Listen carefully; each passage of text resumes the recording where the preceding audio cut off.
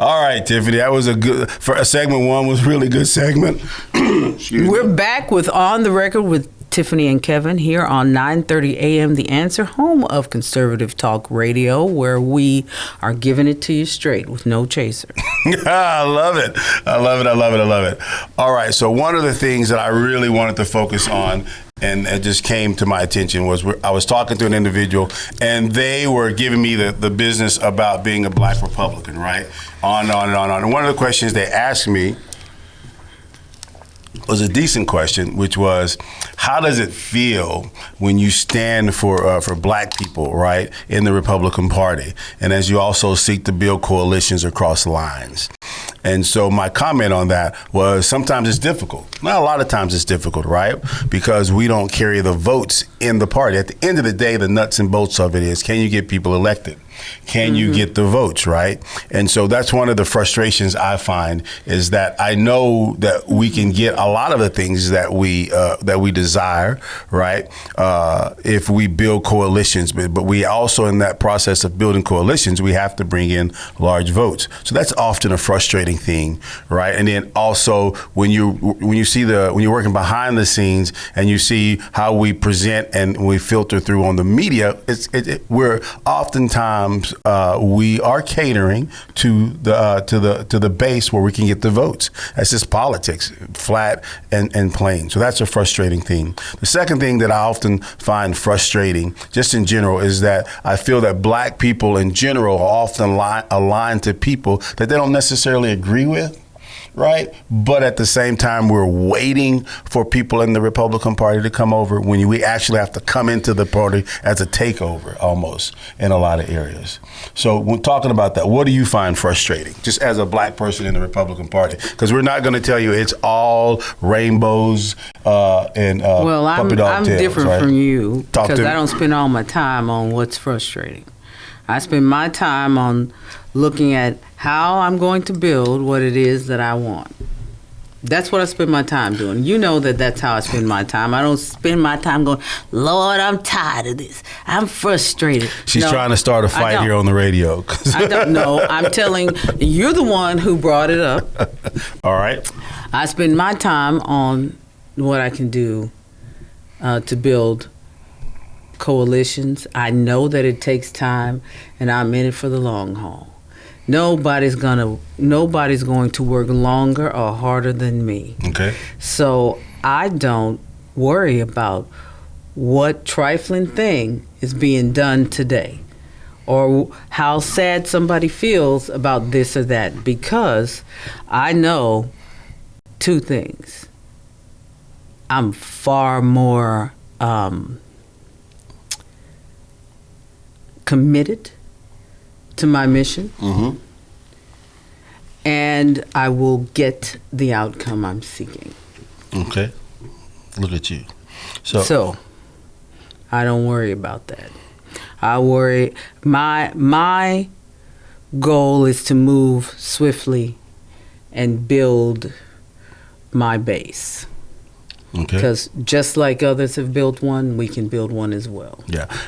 And one of the things that I think, so just in that frustrating vein, right, is knowing how the system works and trying to communicate to others how the system works. I'm gonna give you an example, right? Mississippi. I think it's a huge F, right, for failure for the state of Mississippi and then the governor there, and especially in Jacksonville and the water. And there's several other small cities as well, where the water supply is just horrible, right?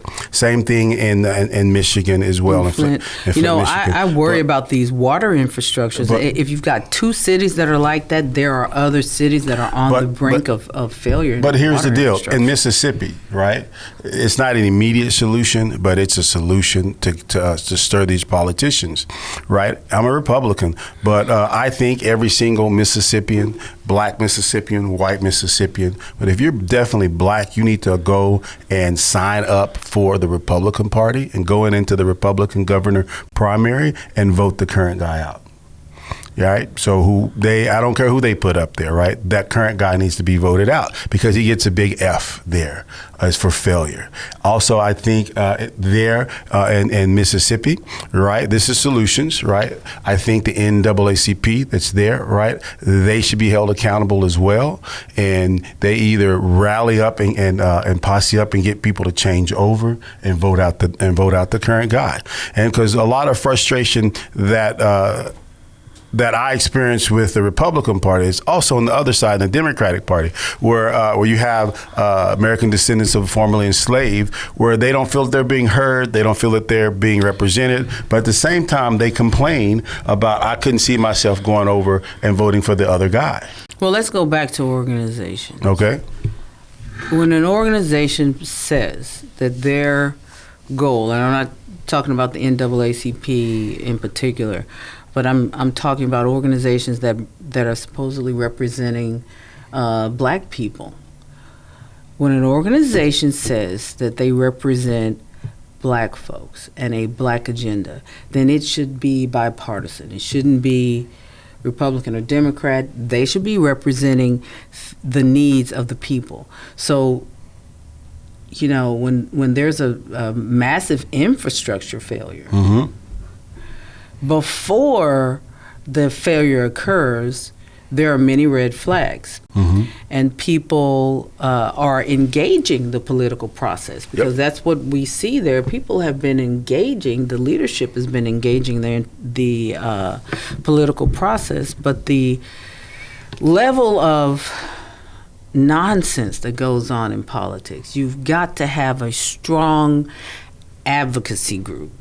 You know, and that's something that we talk about is advocacy. What are you really advocating for? Because that needs to be defined. A lot of these organizations are saying that they're advocating for a particular group, and they're not. They're not, because you wouldn't have major failures like this if they were out there really banging the drum. Yeah, and I think we have a lot of people and didn't feel so hamstringed. So let me comment on that, right? Let me come back with that. So I think a lot of the quote unquote being hamstrung is because the commitment to one party and not the commitment to the people that you're advocating for. That's right. You've got to be committed to the cause that you're supposed to be advocating for. And you've got to be willing. Be something else. But in that cause, you've got to be willing to work with anybody across the party lines. Yeah. It doesn't matter. I want to work with these individuals because our common interests line up. And then in that same token, you've also got to be willing to rally up a base of people to say, hey, we're pulling the parachute. We're going over here to this group. And more people go, well, we're not welcome. They're going to make, hold on, they're going to make me feel uncomfortable. I'm going to have microaggressions. And I'm like, fool, you are in Mississippi, right? Do you know what your forefathers in Mississippi had to endure? And you just got to endure someone looking at you crazy? Well, get a grip. Okay, you're getting in the weeds on this. I am. The weeds are important. What I'm saying here, what I'm trying to convey is that water infrastructure does not know a party. Everybody that's in that city that cannot drink clean drinking water, there are Republicans and Democrats alike sitting there without clean drinking water, unable to function properly as a city for months. And there were red flags that this was coming for years prior to it. So what I'm saying is that there is no reason why, in terms of advocating, that there should have been a political reason that stops you from advocating for better water. If there is, there's a problem. Okay, I like the ideal, right? But in reality, there's a problem with your advocacy. But in reality, there is a politics is really just the division of assets and resources, right? So there is a political drive. I agree with you. There should not be. right? But if you are committed, especially specifically in the case of water infrastructure. but hold on. But if you are committed to a party, right, that you know is not going to be able to drive the change, and you have an individual who should be held accountable for that, right? That means I got to switch parties, and we're voting this person out in the primaries. He's not even going to get a chance to get up at bat. That's what I'm talking about. The actual, how does this work to get this person removed? Right. I want him removed. I understand what you're saying, but come up to bat. And I'm saying that yours is philosophy, mine is tactic. From the beginning, you're correct. If you're advocating for a people, then I don't understand how that becomes so politicized. Well, it is politicized, right? It's very politicized, right? The fact that the people from the advocacy point of view, because like with, I understand I understand how things become politicized because I'm dealing with the kidney space in my regular life, so I understand it. So, but here's the deal, right? That is philosophy. I agree with you on philosophy and theory, but now we're talking nuts and bolts on the ground. Nuts and bolts on the ground says we got to posse up and we're going to switch parties. I don't know if they're a closed primary or not. If they're a closed primary, I'm getting all my people to switch over and we're going to sign up. And the current guy is not going to get a chance at bat again. Period. Well, we're going to go with someone else. I'd be the same way. I don't. And if the argument is that this guy is racist, I don't care which racist we put up there. Not you. That's my stance on that. And just take a stick to him. But because you're saying you're advocating for people. So if you're advocating for people, we do a switch, we build a coalition, right? Which is another thing that annoys me. Not that I don't want black people, the suffering and plight of black people to be highlighted. I do.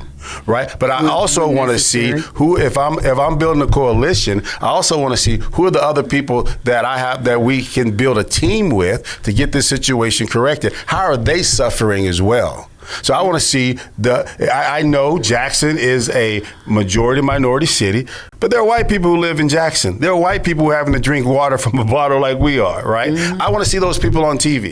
And I want to build advocacy with those guys. I'm like, if I got to drink water from a bottle, I don't care what we have to do to get you out. I don't care who we vote in to get you out. You getting out. We know we're gonna let you end it, right? I like that end. You're kind of intense this morning. All right, so you've been listening to 9:30 a.m. The Answer, home of conservative talk radio, where we're taking a stick to the knees of all of the ignorance.